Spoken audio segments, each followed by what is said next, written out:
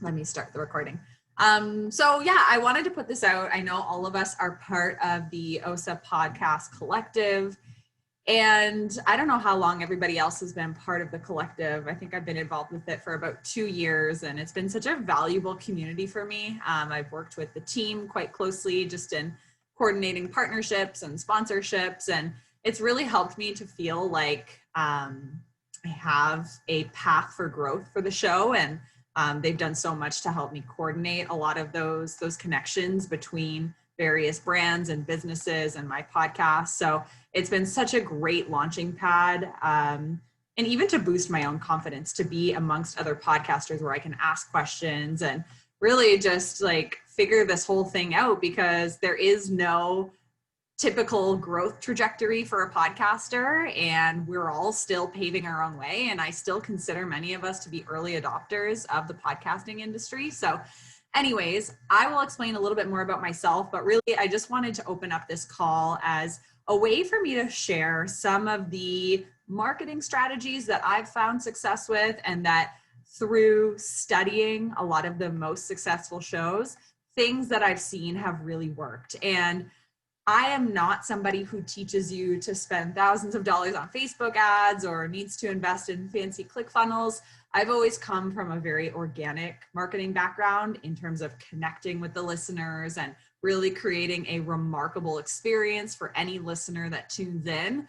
And in turn, having a lot of word of mouth advertising and people share my show even when I'm not around. So those are the strategies that I tend to teach you as well.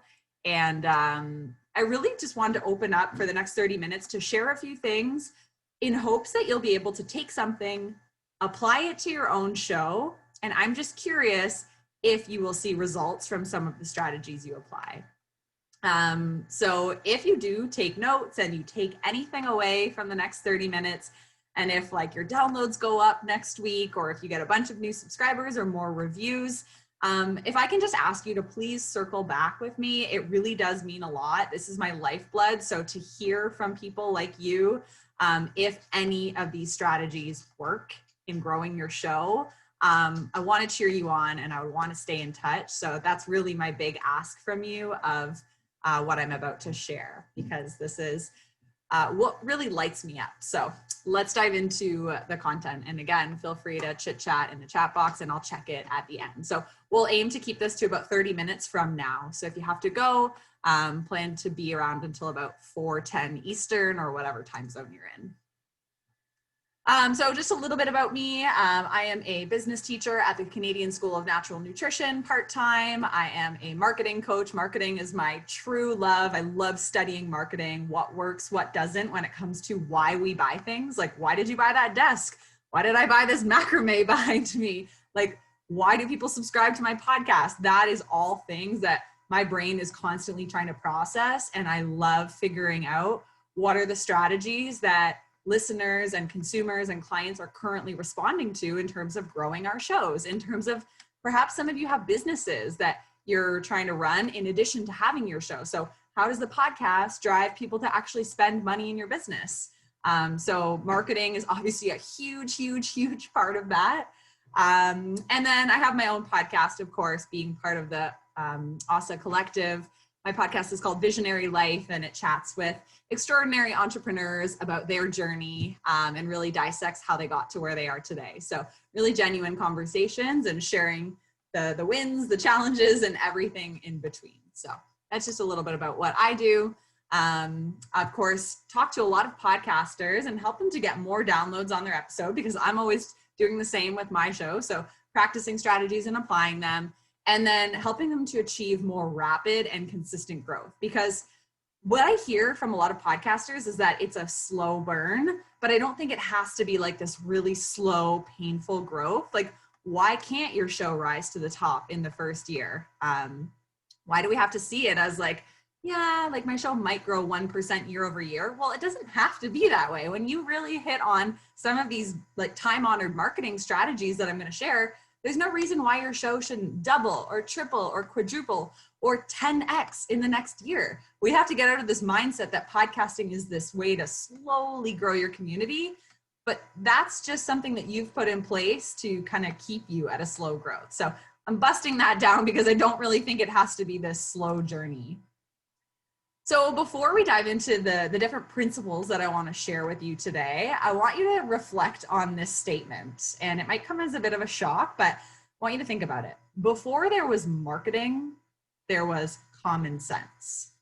Okay, so before all these people came at you with all these marketing strategies and here's the different formulas you need to grow your podcast, there was a common sense approach to how to spread the word to a community of people who care. If I can put this into the most simplistic example I can possibly think of, it's like going back hundreds and thousands of years ago, if somebody made bread, they're living in a little community of 500 people and they get a bread, all the different machinery to make bread from their home. This was before computers, before cell phones, before even phones existed. Like, how did they get others in the community to know that they were the local bread maker? Number one, maybe there was a smell coming from their home. Number two, maybe they gave a sample to the neighbor and then that neighbor told the other neighbor. Number three, maybe they showed up at the weekly market and gave and kind of had a presence there. So like, we often think that marketing our podcast has to be some complex formula to reach the masses. Well, the masses aren't listening to you, but one person will listen to you, right? So we need to speak to an individual. We need to create an experience of our show, just like somebody would give over a sample of bread and say, do you like this bread? Okay, now would you like to become a subscriber of the bread? Would you like to buy it on a weekly basis? Do you like it enough to even buy it? These are time-honored marketing principles that not enough people talk about, like word of mouth advertising. So we're actually going to dig deep into some of those strategies. And I am not the person to come to if you want to run complicated Facebook ads or if you want to set up these elaborate Pinterest strategies. Yes, I do that stuff in my own business, but that's actually not where a lot of my subscribers come from. So we're really bringing it back to the common sense approach for how you all can grow your shows. I want to bring you back home to your inner marketer. So sometimes as podcasters, we feel like it can be kind of self-promoting to constantly be talking about our show. We think it has to look a certain way, but in promoting your show, it should feel comfortable. It should feel easy. It should feel cozy, like you're spreading the word about something wonderful that you've created in a way that feels unique to you. You don't need to follow what everybody else is doing because chances are, if you're just copycatting what podcaster number 95 or podcaster number 1748 is doing, it doesn't feel like home to you. Like you don't want to promote your show in that way. And that's one of the biggest principles of marketing before I dive into the more specific stuff is that we need to come back home to our inner marketer. You already know, who do you want to listen to your show? Who actually cares about what you have to say? We need to be thinking about these basics before we hand over our money to somebody who's just going to throw it into an ad that may not convert anybody into listeners. So I'm going to bring you back home today to your inner marketer. That is my ultimate vision in life, is to show you that marketing can be fun and playful, no bullshit associated with it, no scarcity tactics, all that stuff. These are simple strategies. I'm just here to remind you of them. So the first principle that I want to share with you all is to add an experiential element to the promotion of your show. Add an experiential element to the promotion of your show. So let's talk about that. So I call this the Experiential Expo. It's like if you go to Costco or Sam's Club, you try a sample of these new cookies they have, and then all of a sudden you walk out with 4 boxes of them. And you're like, how did I go from sample or experience to being a paying client who just paid $60 for 4 boxes of cookies? How did I go from hearing a sample of Jody's show to being a subscriber and then literally listening every single week? Because that is how it happens. It's oftentimes an experience before they hit that subscribe button and then become a loyal fan. They become a brand evangelist. But something happens in between that. So it's an experience, and we're going to go deep on how you can create that as well. So in case you're not familiar with experiential marketing, this is a field that I spent many years working in. So I love it. I'm super passionate about XM. It's really just a strategy for many businesses and brands and podcasts that helps to capture the attention of your listeners using immersive, engaging, and branded experiences. I'll give you examples if you're like, I have no idea what experiential marketing is. So it's like, rather than trying to sell someone on your podcast, be like, you should listen to the Next Level Health show and my show is the best and hit that subscribe button because I'm going to pay you to do it. Like, that necessarily isn't the best strategy if you want to create loyal listeners. Instead, you could deliver a micro experience, something that is low cost, low risk, that gives them a sample of who you are, what your podcast is about. And in that little experience, it is so remarkable or so memorable or so cool or powerful or insightful that they're like, oh my gosh, why wouldn't I subscribe to this free show, right? It's like you tried the cookie at Costco and then you walked out with the boxes because you had a sample and in your mouth, that cookie tasted like heaven. So why wouldn't you walk out with a box, right? So this is often going to involve trial of your podcast. So we need to think about, how are you offering trial size bites? Can people try your podcast on for size before actually going into iTunes or into Spotify and searching it? One of the most powerful examples of experiential marketing, this has nothing to do with podcasting. Let me just share this example because in studying XM, this is one of the most successful campaigns that ever existed, is called the Pepsi Taste Challenge. Maybe some of you encountered this many years ago, but I remember way back in the day, I went to this theme park near where I grew up and we were about to ride the roller coaster. And then I was stopped by this big blue Pepsi truck. And there was a team of young teenagers and they're like, hey, come on in. And we're like, oh, okay, cool. And they brought us into the booth and they had these 2 colas and they were like, okay, you're going to try both and let us know which one you like better. And we're like, of course, I want to figure out which one I like better. So you take a sip of one is Coca-Cola. The other is Pepsi. And you're not aware that you're being sold to. In fact, you're not being sold to at all. You're just in this cool environment with hip teenagers and they've got music playing. And then at the end, whether you said you like Coke or Pepsi better, they're like, here, have a free Pepsi. Go enjoy your day. Bye. Did they ever once try to sell you on the product? Did I say, download my podcast, buy this Pepsi? No, it's not forceful like that. Experiential marketing works in the complete opposite way.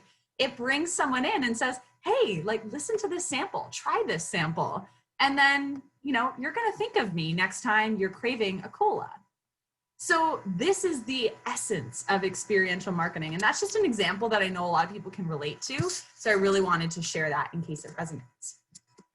So our goal in giving an experience is to actually get people from having the experience to hitting that subscribe button, right? So how do we bridge that gap? So I'm going to share a few strategies because that would be the goal, is to deliver that micro experience of your show. And then somebody's like, that was so good that I might as well get free content. And we know as podcasters that more subscribers is like currency, right? That is us getting more eyes on our show. That is us potentially making the new and noteworthy or the top pages of whatever category you are in. You need to get more subscribers. So if experience can help us do that, then what is that experience going to look like?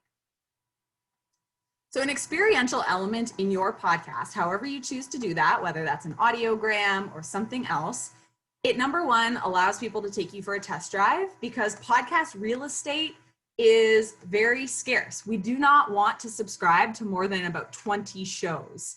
So if somebody's going to subscribe to yours, it might mean that they have to unsubscribe to another one. Let me just check. Sorry, 1 second here. Okay, I just want to make sure my internet connection was okay. Can you give me a thumbs up if it's good?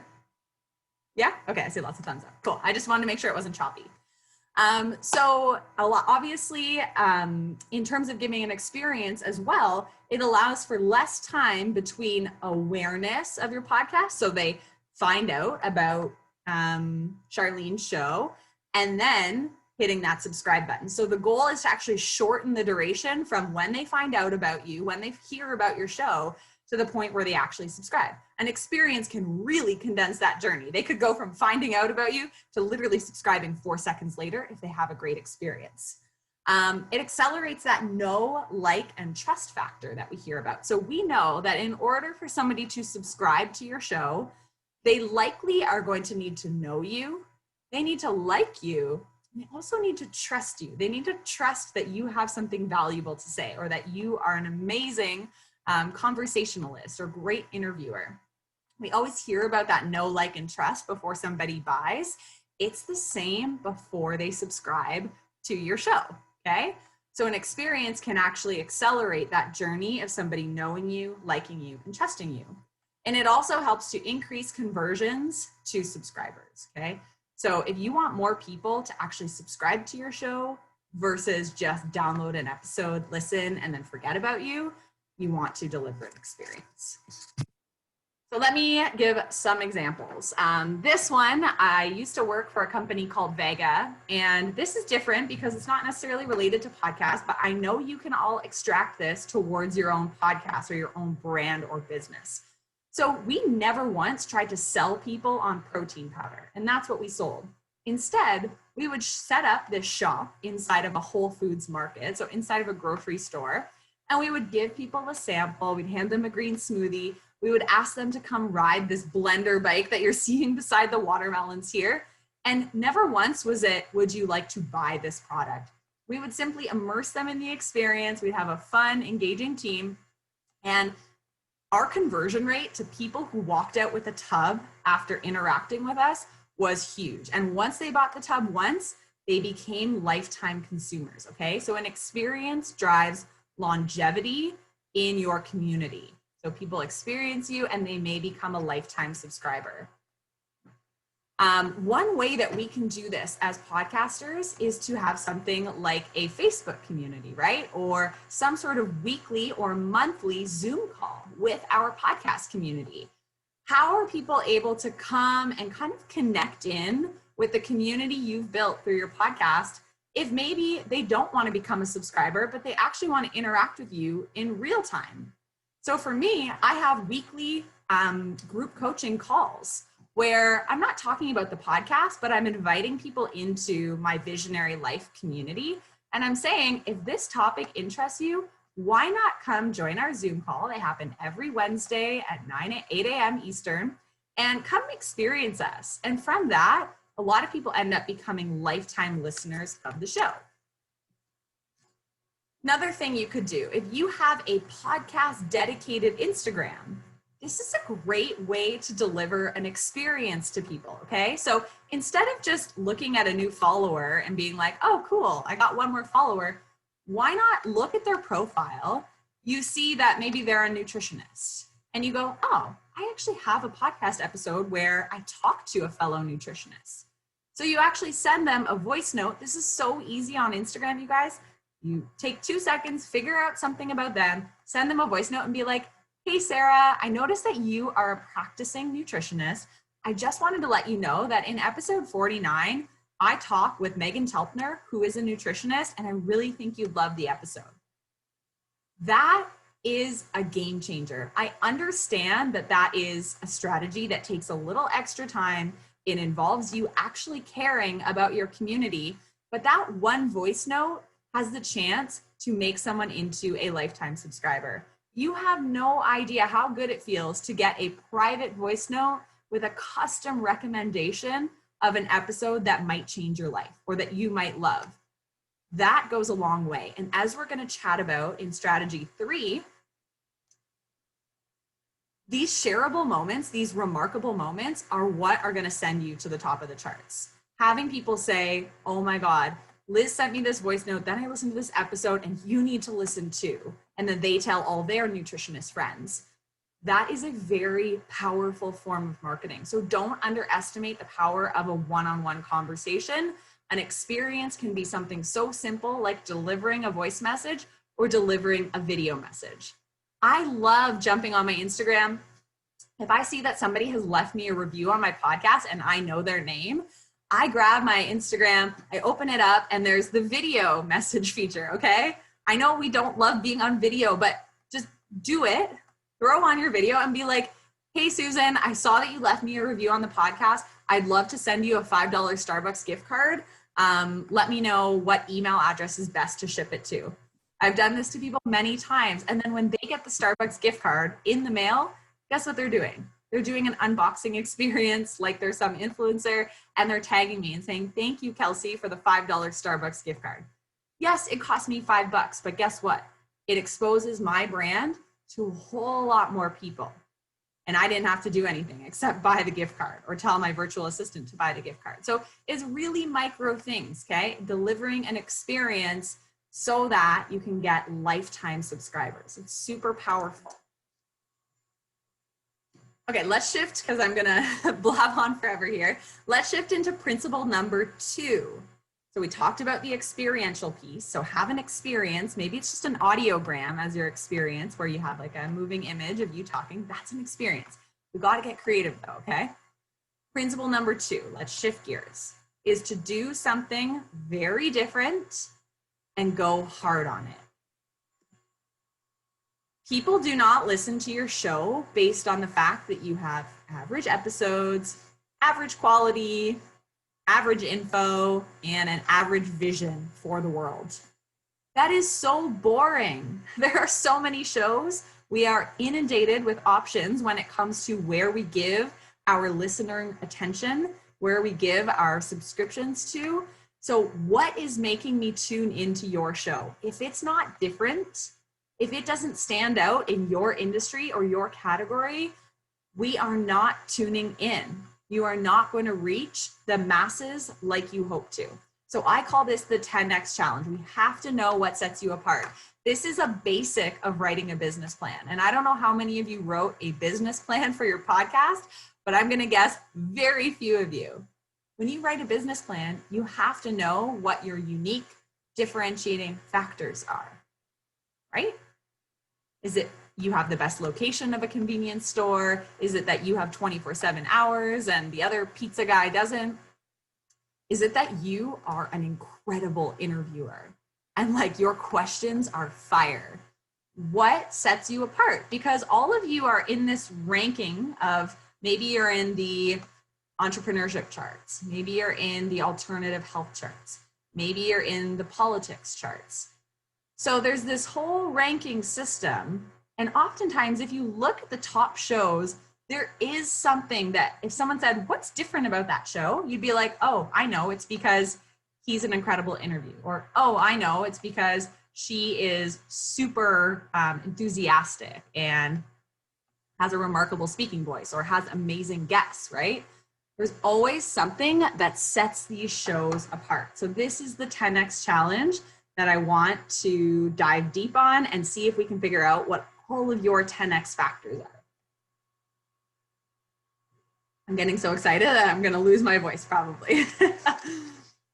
So my goal is to help you think of what makes your show inimitable. You can probably kind of guess what that word is. It's being like not able to imitate your show. So good or unusual as to be impossible to copy. It's unique.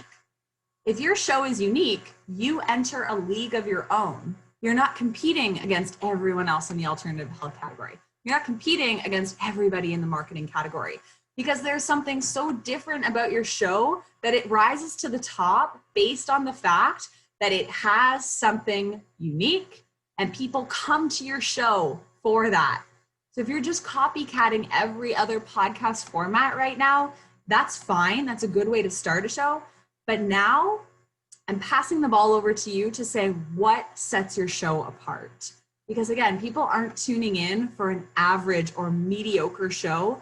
They want something extraordinary. And if you want to rise to the top, you need something extraordinary. Going back to that Vega example where we set up that tent in the grocery stores, we were the first health food brand to do that. We were the first protein powder brand to have a blender bike that literally was powered through your pedal stroke. That's different. That's what made Vega a $1 billion brand when it sold. So I always say that doing it the same is lame. And we have to do that at the beginning because we're still getting into the podcasting space and we're like, okay, I like that Tim Ferriss asked this question, so I'll just ask the same questions in my podcast. It's fine to a degree, but do you think that's what's going to make you stand out? Is that going to be your 10x factor? No, those are his questions, not yours. And again, listeners talk about what's different and they ignore what's average. So if your podcast is average, nobody's talking about it. Of course not, right? If you leave a restaurant and you had a mediocre experience, are you like, oh my God, Jane, I just had the most mediocre spaghetti? No. But if it was amazing, if you had great service, you'd be like, oh my gosh, Jane, I just came home from the best meal ever. Have you ever been to the spaghetti spot in Toronto on this street? And she'll be like, no. Tell me more about it. What's the name? Oh my God, gotta write that in my phone. Same as lame, different is extraordinary. So just a few common examples. Some of you may know Ed Milet. He's one of the most popular, I think he's in the entrepreneurship category. Anyways, something different that he does is that at the beginning of each episode, he tells you that every morning at 8 a.m., he does this max out fire drill. And he's like, go over to my Instagram. You have to be there at 8. If you comment on my latest Instagram post, you have a chance to ride in my private jet with me, among many other prizes, okay? Not really something that appeals to me, but it is definitely different.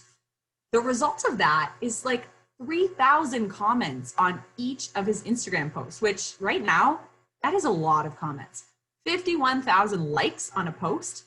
Right now, that is a lot. Like, as we know, Instagram engagement is just going down and down and down. It's just the state of the industry right now.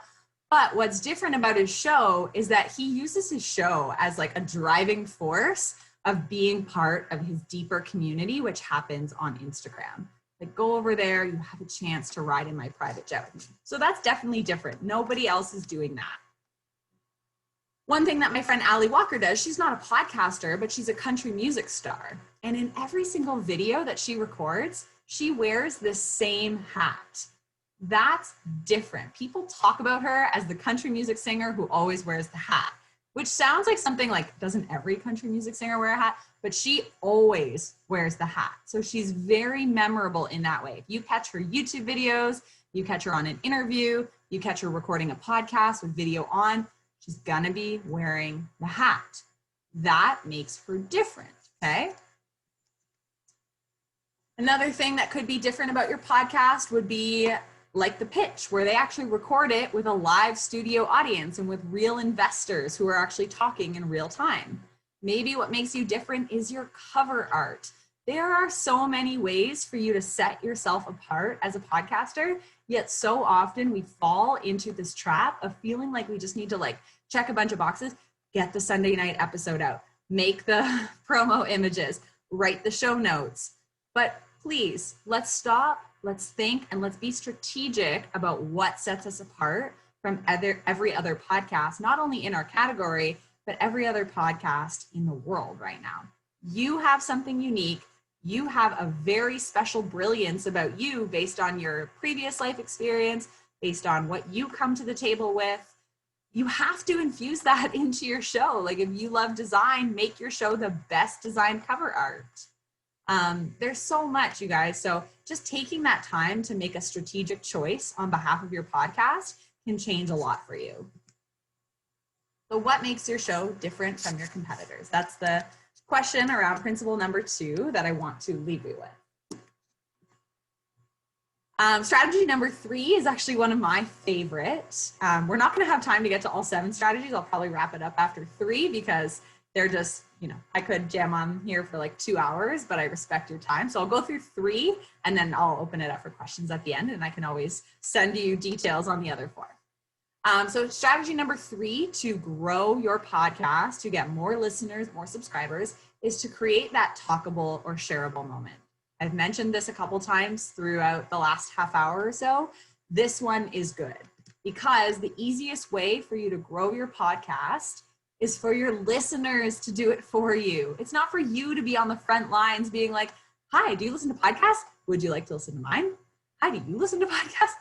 Imagine you could create this army of promoters around you. They love your content. They love your episodes so much that they actually share the podcast when you're not around.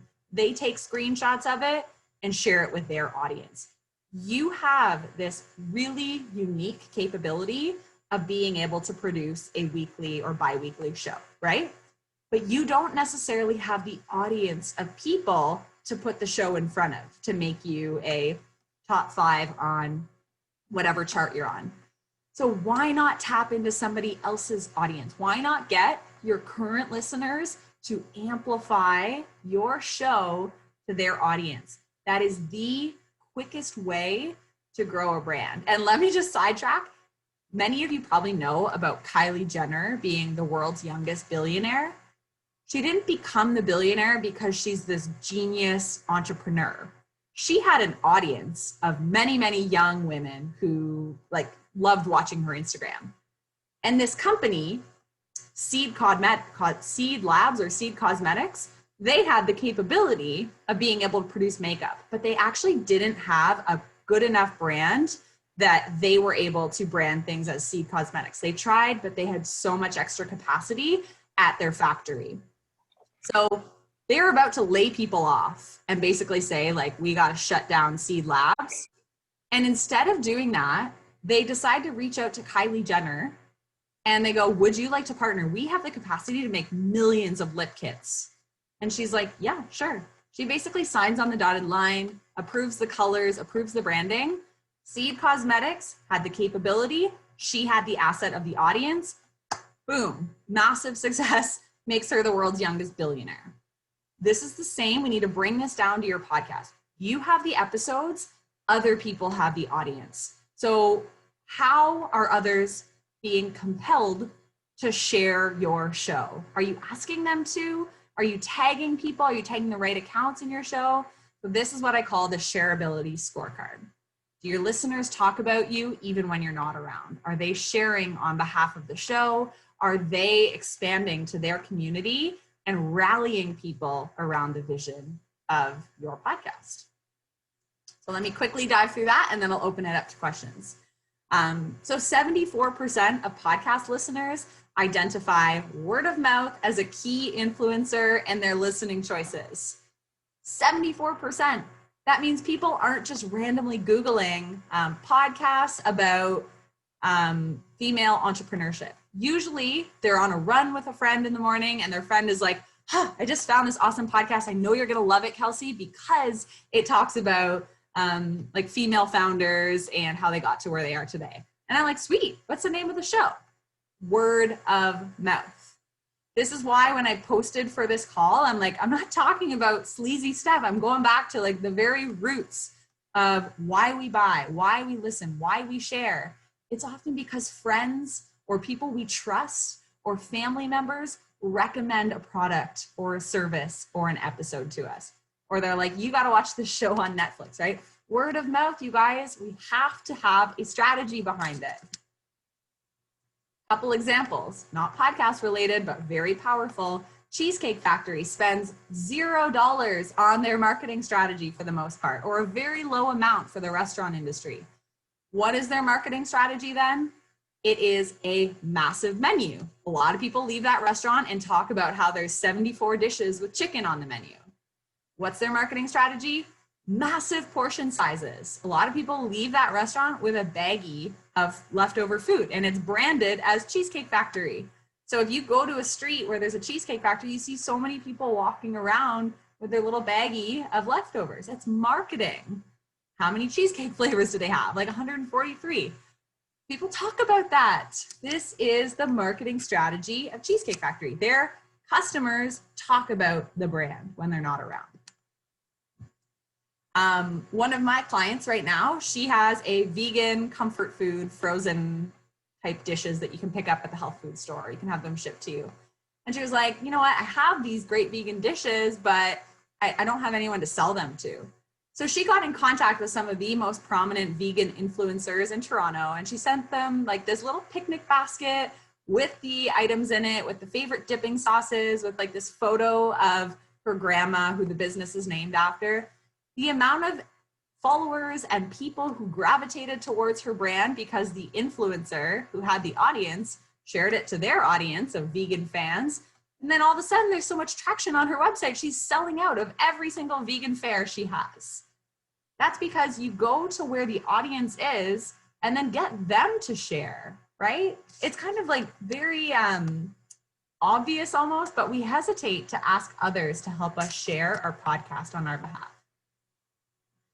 I love this. I often share this meme. It says, didn't charge a new client for 10 minutes of tech support.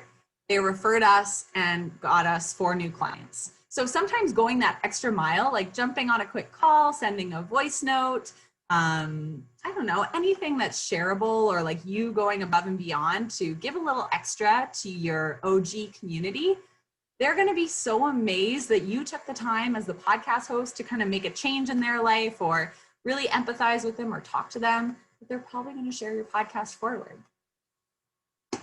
Running a giveaway makes you shareable. So this is something I did last year. Like I do it all the time, but I also hosted this one last year that I have a screenshot of. Simply hosting a giveaway and asking people to share the Instagram post on their feed for a bonus entry got so much new traction in terms of clients for me. Just by putting my face and my brand in front of others using the mechanism of a giveaway. So that makes you shareable. That makes you talkable. So when you host a giveaway and ask people to share your post in order to be part of the giveaway entries, okay? Audiograms, like I said, if you post an audiogram with a really compelling clip that not only gives people an experience, it not only shows them why your podcast is different, but it also promotes shareability, because someone can go to your page, your Facebook, your Instagram, or wherever you're sharing, and they can actually share it forward. Or what I love to do is at the bottom of my emails that I send out each week that talk about the podcast, I say, if you know somebody who's starting a business right now and struggling with their marketing, could you forward this email to them?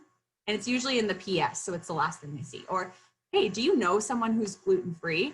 Because this episode is gonna solve all of their questions about being gluten-free.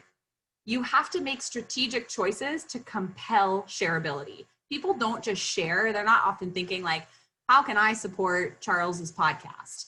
No, you ask them to share. You incentivize them with a giveaway, right? So it's just these little things that are going to really accelerate your growth rather than you waiting for people to share. So make a strategic choice that compels people to share your podcast. And I'm always happy to brainstorm this with you because I know it works.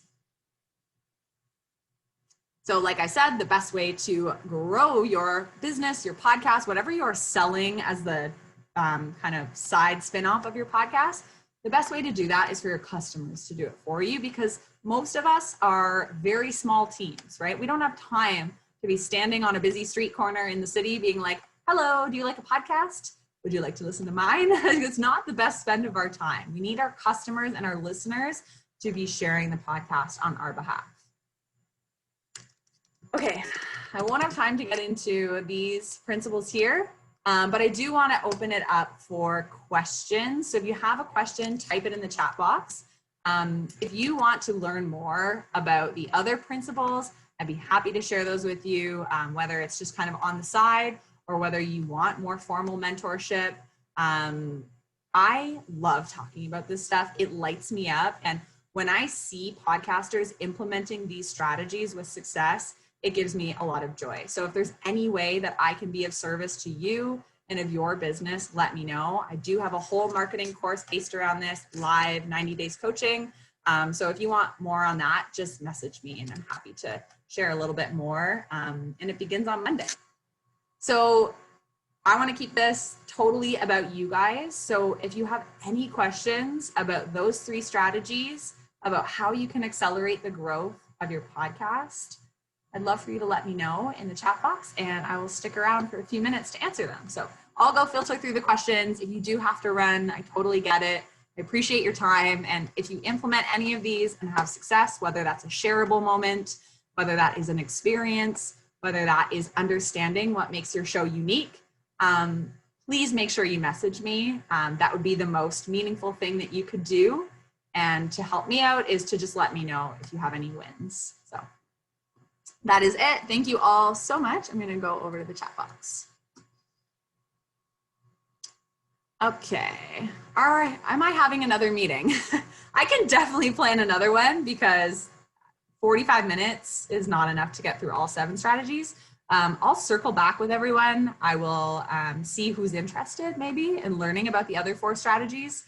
I just breeze through them there. And I can do another deep dive if that's of interest. They're already mapped out. I have a whole ebook about this that you can download for free, so I can also send that to you as well. Carrie would like more other info on the principles. Yes, I will definitely, I'll link you to the ebook first and then we can plan another meeting. Just let me know, maybe by emailing me and just say if you are interested in learning the other 4, I will certainly share them. Okay, Liz says, what strategies do you suggest for those who have small audiences? Okay, so I don't know when you typed that question, I think recently, but I'm gonna say right back to the Kylie Jenner and Seed Lab strategy. You have a small audience, that doesn't mean that your content isn't epically valuable and will be well received by a lot of people. But instead of you trying to go build your audience while producing an epic show, it's time for you to foster partnerships. You need to go find people who have audiences, i.e. maybe guests, like you might need to invite people who have bigger audiences on your show so that they will share it to their platform. Because it's hard work to build an audience from scratch, to go from 0 to 5,000 Instagram followers, to go from 0 to 5,000 subscribers. It's hard, but what makes it really easy is to go to people who already have the asset of an audience, and you put your capability of a podcaster with that, and then you are amplified way, way, way, way, way quicker. So think about, where are there already groups of people congregated who would likely be interested in my show? Okay, so what I mean by that is if you have a show that talks about health strategies for women, you may want to think, okay, where do people who are interested in nutrition and well-being and supplements, where do they hang out? Okay, well, they probably hang out inside of these Facebook communities for alumni of the nutrition school in the US, like whatever the famous one is. Maybe these people hang out inside of alternative health groups. Maybe these people, they all follow a certain Instagram influencer who talks about health strategies. So you need to start looking at those people and saying, how can I position myself as an expert within this community? Or how can I just share my content? Some Facebook groups allow you to share your content on Mondays. It's like Promote Yourself Mondays. You need to put your podcast in front of the audience that already exists. You can grow quickly with a small audience. You just need to tap into other people's audiences, or invite guests on the show and incentivize them to share the show. Like if you have a really good interview with someone, of course they're gonna wanna share it with their community. And if they have more followers than you, they have more community members, all those people should gravitate towards you. Meryl had to go, no problem. Going on other podcasts can really help to get the word out about your show. Yeah, exactly. So tapping into an existing community, like a podcast, maybe one of you has a podcast, and by me being a guest on it, more people are exposed to what I'm passionate about, what I could talk days and days about, right?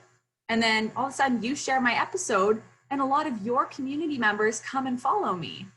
So that's an amazing way. So it works both ways, of course. Thank you, Jody, for sharing that. Someone says, I'm having such a hard time thinking of things to post on Instagram for audio-based media besides episode release posts. Do people have tips or ideas from that? I would say like behind the scenes, if you record yourself doing the interview, whether that's video-based or audio-based, share a snippet of like the funny stuff that happened, you tripping over your words. Like reality check, people are on social media to be entertained. So if you can share anything that's entertaining, that is going to be very helpful in addition to the audio clips of your show. I always say people usually come to social media to be entertained first or inspired, and then last is educated. So yes, we all educate, like here's what I talked about on my show, but are you inspiring them? Like, is there something that they're like, I have to figure out how I can wake up at 5 a.m. Like, you know, they did it, or are you entertaining? So I would say, think about how you can add those 3 elements: educate, inspire, entertain. and maybe do one of each of those posts per week that reflects your podcast.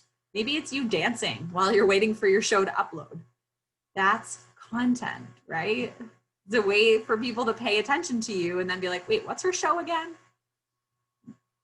Liz says, love the IG audio note. Never thought. Yeah, it's so good. I love voice noting people. If you follow me on Instagram, I will voice note you.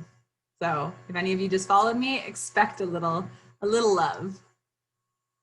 Would having a podcast trailer be an XM strategy? Yeah, absolutely. That could be something you put on your homepage.